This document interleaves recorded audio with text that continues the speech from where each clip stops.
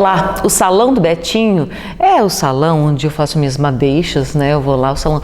O Betinho faz corte, pintura, alisamento, faz luzes, ele faz... e tudo que a gente sonhar de cabelo, o Betinho faz. Faz também um tratamento, de repente tu queres ficar com o cabelo assim mais brilhoso, queres ficar com o cabelo melhor, mais bonito, penteados, maquiagem, o Betinho tem tudo no que se refere à beleza.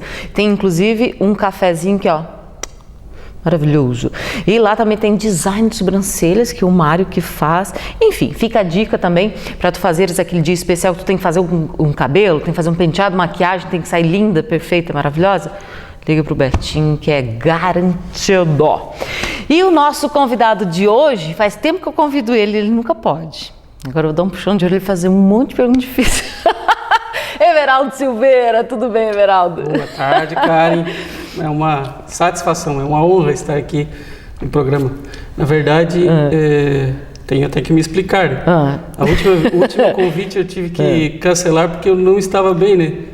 Estava com uma rinite alérgica muito forte, não tinha condições de fazer nada. Tive que pedir, mas sempre um prazer falar contigo. É uma satisfação. É difícil conceder entrevista? É difícil. Para quem é acostumado a falar dos outros, falar de si mesmo é muito complicado. Eu já estou muito tímido aqui, posso te adiantar. O que tu faz hoje tem a ver com o que tu fazias e gostava de fazer quando era pequeno?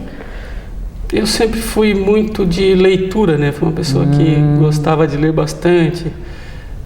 Quase que um autodidata, porque não tinha assim muito ninguém na família que era chegado em leitura, não tinha muita gente. Onde é que tu nasceste? Eu nasci em Caxias do Sul.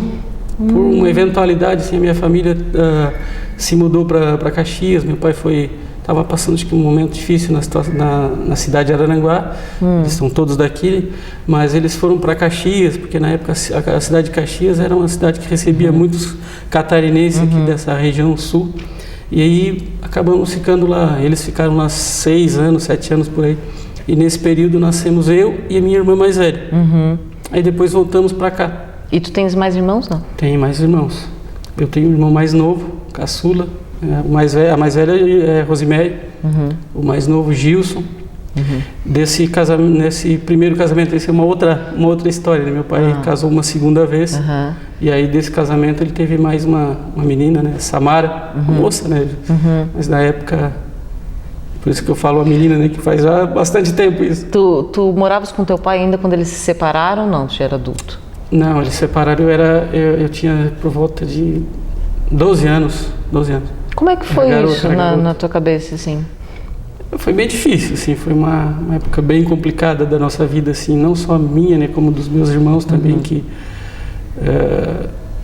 tu imaginas, né, a gente quer ser protegido por um pai, né, é o comum, né, e aí tu se depara com uma situação dessa, mas a gente entendeu, porque foram muitos anos de dificuldade, assim, de relacionamento entre meu pai, que já faleceu em 2002, e entre a minha mãe. Então, como havia essa dificuldade de relacionamento, muita discussão, muita briga, meu pai saía de casa, brigava, ficava fora, e aí foi uma consequência natural, nós entendemos perfeitamente, assim, não foi mais o sofrimento foi mais enquanto não aconteceu a separação. Interessante. Porque depois, quando aconteceu a separação, a gente já estava preparado para isso, entendeu? Ficou mais estável depois. Mais tranquilo. Mas o que muda na vida da pessoa, um menino de 12 anos era o garoto da casa, né? Tive que assumir a bronca, então já ali 12 anos já estava, 11 para 12 anos já estava na rua, já estava trabalhando, fazendo uma coisa. O que tu fazias? A primeira coisa que fiz com 11 anos foi, eu tinha um senhor lá da Canjica, do distrito de Ercílio Luz, seu Júlio, falecido já também, que queria nos ajudar, viu nossa situação. Poxa, o pai saiu de casa, a mãe ficou com os 3 filhos, então ele fez aquela amizade com a gente e começou a nos incentivar e tal. Daí ele trabalhava com ele trabalhava com jogo do bicho, loteria, essas coisas ali. E aí ele me convidou para vender bilhete de loteria federal. Era uma atitude, era uma coisa legal, não tinha problema nenhum, era legalizado, né? Diferente do jogo do bicho, que era uma contravenção penal, né? Mas, enfim. Aí ele trouxe essa oportunidade de trazer uma renda para minha casa. Puxa, foi uma ajuda bacana. Na época eu me lembro, meu ponto era o Hotel Becker. Hoje ainda falo, de vez em quando falo para a Suzy lá, que eu vendia bilhete de loteria aqui nesse jornal, nesse ponto. Eu não lembrava, né? Claro, não lembro, eu era muito garoto. Mas foi um pontapé inicial para minha ajuda, inclusive para casa, né? Porque eu trazia uma renda, vendia bastante, era bem esperto para vender já naquela época. E aí a história do garoto de 11, 12 anos, poxa, os trabalhador ali batalhando, o pessoal comprava, muita gente nem queria muito comprar, né? Poxa, vamos incentivar o garoto, mas isso foi só a primeira, né? De 40 tipos de atividade diferente que eu fiz até chegar aqui no jornalismo. Isso é uma longa história. Hoje, uma criança com um adolescente de 11, 12 anos, é até proibido trabalhar e tal, e hoje se tem uma ideia de que nessa idade as crianças são muito suscetíveis a perigos, sei lá, se desvirtuar na vida. Tu nunca teve esse chamado assim para... Porque tu era super novo. Como é que foi isso? Tinha um pessoal da pesada assim, que ficava querendo te levar para os maus caminhos, né? Drogas, já tinha naquela época, imagina. Hoje, não como hoje, que é muito comum, né? Mas naquela época um pouco menos, mas tinha. Tinha igual a bebida, que o pessoal bebia muito, tinha muita gente que frequentava bares e tal. Eu lembro que de uma situação, inclusive, que a minha mãe foi me buscar num bar, nesse período, eu tinha 12 anos, tipo 8, 9, 10 horas da noite, não lembro mais ou menos, já era tarde para um garoto da minha idade, e ela foi me buscar num bar jogando sinuca, e ela chegou lá no bar, ela estava muito resfriada, eu lembro dela com um lenço na cabeça, chegou lá na porta, chamou o pessoal lá e falou, chama aquele menino lá, é meu filho. Ela foi muito discreta, só que ela me pegou de jeito. Ai, que dó. Chegou lá assim, larga tudo que tá fazendo aí, vamos para casa, vamos conversar. E no meio do caminho ela já foi descascou.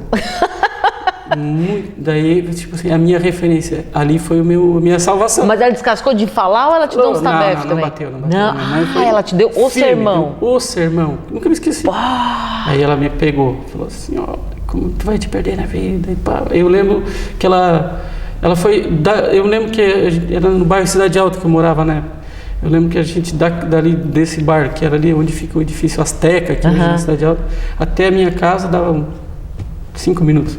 Ela foi até a porta da casa me xingando e eu cabeça baixa, também naquela época, né? Não tinha isso de rebater, a mãe falar, não, bravo, né? Furioso, né? Que ela foi me tirar do bar lá e tal. Mas assim, não disse um ai, que se dissesse também estava frito, né? Aí saí, ela até em casa atrás de mim me xingando.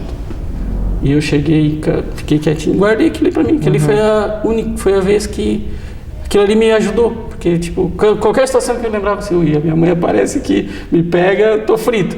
Que interessante. E aí, sabe, eu acho que me salvou de me meter em confusão, porque nunca mais aconteceu. Agora ela deve ser uma referência importantíssima na tua vida, né? Minha mãe é uma pessoa, sim, a heroína, né? Porque teve um fato que foi curioso, porque hoje em dia se fala que a mulher separou, primeira coisa, corre lá, já certo, tem que dar pensão, e é muito justo e muito correto. Mas para aquela época, a minha mãe, assim, muito teimosa, falou assim, não. Se o pai de vocês não quiser dar pensão, ele não vai dar e nós vamos nos virar sem ele. E foi assim que aconteceu. Meu pai tinha condições financeiras, isso que é até chato, né? Mas ele assim, era muita muita né? Não vai dar dinheiro para ti, porque como se fosse para ela. E não era, porque não era falta de entendimento, era mais por ignorância, não por maldade, porque ele não quis tal. Mas ela pegou e falou, não, tudo bem. Tu segue desta forma, então, e eu vou cuidar dos filhos. E cuido realmente, pagando aluguel, morando de favor, uma época, né? Uma época bem complicada, assim, naquele momento, naquela transição. Depois da separação, a gente morou numa garagem, me lembro, um parente nosso lá, tinha uma garagem no fundo da casa, falou, tenho isso aqui para vocês. A minha mãe falou, não, beleza, arrumou lá, deixou bem ajeitadinho e tal, e fomos morar. Uau. Foi uma fase, depois dali ficamos uns 6 meses, acredito, depois dali passamos para uma casa e fomos trabalhando, e aí todos, a minha irmã trabalhando, mais velha, né, tinha 13 anos também, já trabalhava.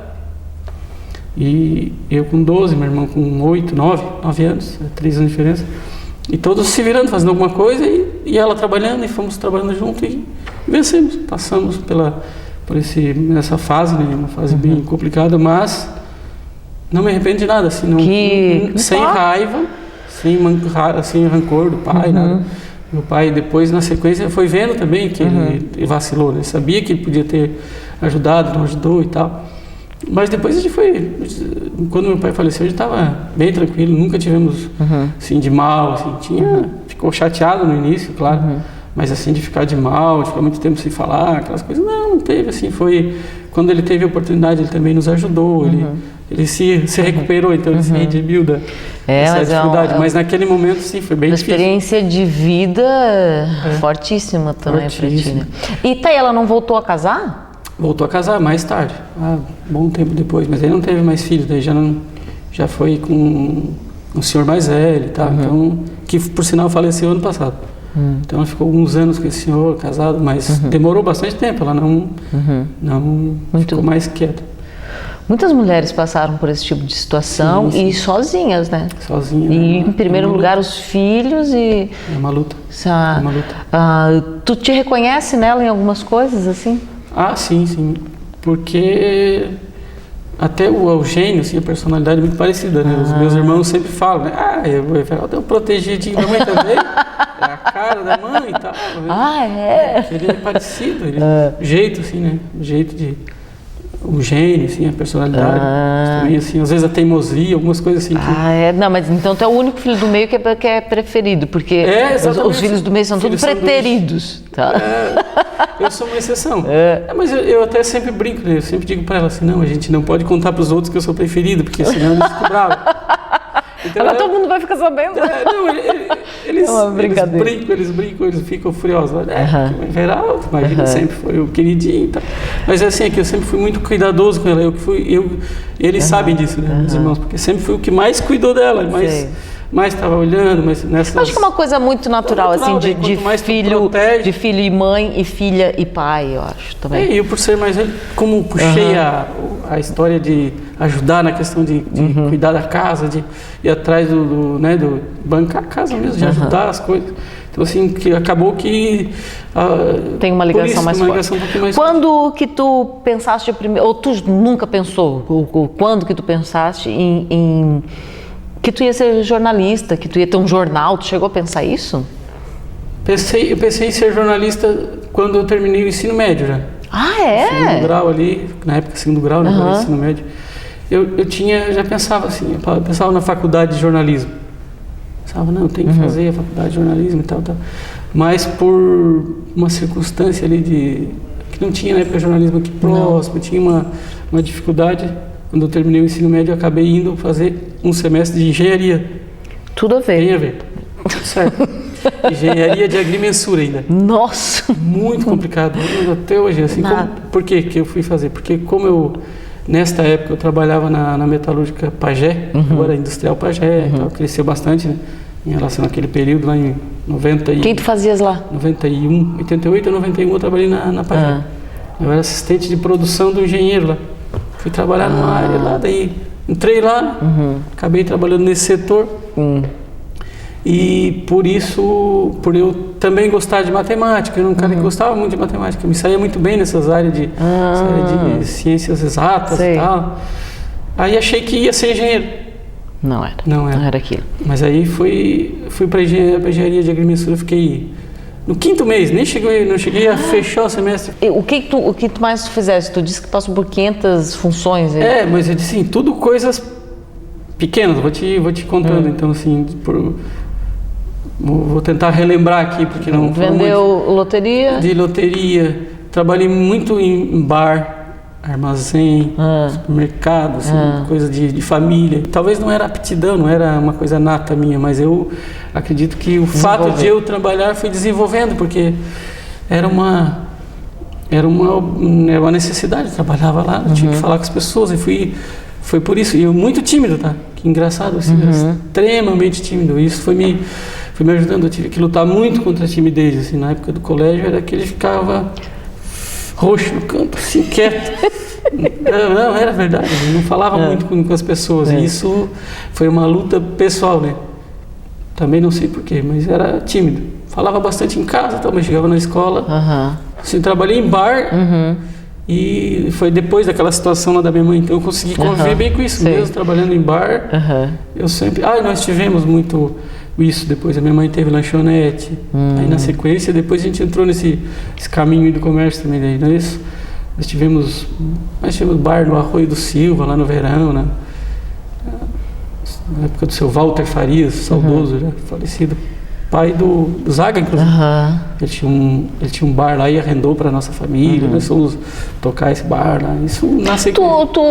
Nessa época, tu atendia muitas pessoas, principalmente o bar, porque o mercado é um local que as pessoas vão lá, compram o que elas querem e vão embora. Mas o bar as pessoas param, elas ficam.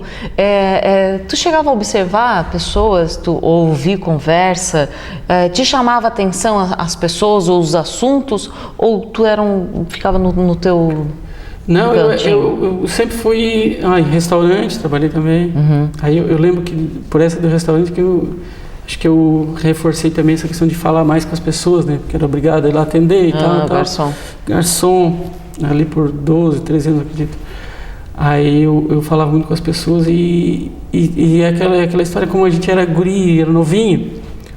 O pessoal sempre dando gorjeta, chamando para perto, querendo contar história, conversar. Eles chamavam a gente para conversar. Então, hoje é mais difícil isso. Acho que é tudo muito rápido. Mas na época não, eles gostavam de conversar com a gente. Então, chamavam, conversavam, queriam saber da nossa história, por que tu estava ali. Hoje eu até, por sinal, eu ensino isso, eu conto essas histórias para meus filhos, todas as histórias que a gente já passou, para que eles não tenham essa visão aí de que não pode trabalhar, isso é bobagem. Você não pode explorar uma criança, isso é diferente de trabalhar, é bem diferente. Meus filhos estão sempre em volta, lá no jornal, aprendendo e tal. Tem uma de 13 anos, um dia ela fica lá uma tarde lá no jornal, outro dia eles não têm um compromisso, porque daí tu não pode exigir. Tem um menino que trabalha comigo hoje, porque não pode trabalhar por essa questão da legislação. Quantos anos está? 16, Antônio. Foi professora dele. Foi professora dele, é verdade. E o Antônio tá à tarde, fica à tarde lá, mas ali eu tenho integral, né? 2 dias da semana, então não tem como trabalhar também. Mas se não, eu já estava trabalhando, porque eu sempre incentivo a trabalhar, né? A responsabilidade do trabalho. Exatamente, para eles irem se adaptar, né? Gostando mesmo de trabalhar, de ter esse compromisso, de saber lidar com dinheiro. Tu acha que é importante, né? Tu acha que um deles ou ambos vão continuar esse teu empreendimento no jornal? Não vejo isso ainda, assim, eu acho muito prematuro. E também digo para eles que não é uma obrigação, ninguém tem obrigação de nada. Tanto é que a minha mais velha está fazendo jornalismo, né? Já está na... Tu tem 3? A Natália. Não sei se tu lembras da Natália. Quantos anos tem a Natália? A Natália está com 19. E está na faculdade, já está do meio pro final. Que legal! E aí, só que assim, eu sempre falava, brincava, quero que alguém seja juiz, advogado, promotor aqui nessa casa e tal. Mas nunca falava que queria que fosse jornalista. E acabou que a Natália, sozinha, foi indo, por escrever bem, gostar de escrever e tal. Acabou entrando na faculdade de jornalismo. Sempre tinha pai, nunca disse para ser jornalista, tá? É bom. Depois não vem reclamar. Não reclama, é difícil. Então eu sempre falo para ela, mas ela por esse caminho, né? Não digo que vai ser o jornal impresso, né? Ela está ali trabalhando com a gente agora, já está tem dificuldade por estar cursando, né, ainda, não tem essa facilidade de trabalhar num veículo e ficar... Então, assim como o Jornal da Família fica mais fácil para ela, né, trabalha meio expediente, já consegue ter um horário mais flexível até para fazer a faculdade. Tu falaste que... E os dois eu não vejo, assim, o são Antônio... muito novos, não, são novos, não dá, nem digo para eles. Eles podem até, de repente, não ser nenhum dos dois jornalistas, mas pode ser um administrador, pode fazer outra coisa no jornal. Mas eu procuro não falar muito disso, assim, eu prefiro que eles trabalhem, que eles fiquem conhecendo e eles vejam, né, se eles gostarem, se adaptarem. Senão, a gente sempre apoia em tudo que forem fazer, a gente vai apoiar. Tu falaste que ser jornalista é difícil. Qual é a parte mais difícil de trabalhar com jornalismo? Eu já comecei... Eu comecei muito atrasado, né? Assim, já comecei mesmo efetivamente na profissão só em 2003, faz 12 anos. Então eu não comecei novinho. Tive outra passagem que posso depois te dizer onde é que eu trabalhei até chegar ali. Ainda tem essa, essa etapa ainda até chegar lá. Mas eu vinha da iniciativa privada e tal, com essa experiência que eu tinha e tal, acabou que o empresário da cidade também identificou isso em mim e falou assim, cara, quero que tu seja gerente do meu jornal. Porque era um jornal sem censura, né? Que era o José Luiz, o diretor, e ele me chamou para ser o gerente comercial dele. Eu falei, cara, eu nunca dirigi um jornal, já dirigi uma transportadora, já dirigi outras coisas, mas jornal não. Eu falei assim, não, mas eu quero. Que interessante. Entrei direto de gerente, então assim, muita dificuldade naquele início, porque tu entrar de gerente já tem essa dificuldade com as pessoas, né? Claro. O cara, já chega, nunca trabalhou em jornal, dentro de uma redação, não sabe muito bem como é que funciona ainda a dinâmica da coisa e tal, e já chega de gerente, criou um problema que eu tive que administrar com o tempo, fui mostrando, aí claro, fui mostrando que eu era capaz de exercer, que eu tinha né, talento para essa área e tal, e conquistei esse espaço. Mas foi assim, uma dificuldade. Então assim, eu não comecei direto de jornalista. Eu comecei de assessor de imprensa, na verdade. Um pouco antes desse... Aonde que tu foi assessor? Eu fui assessor de imprensa da Prefeitura de São João do Sul. Ah, é?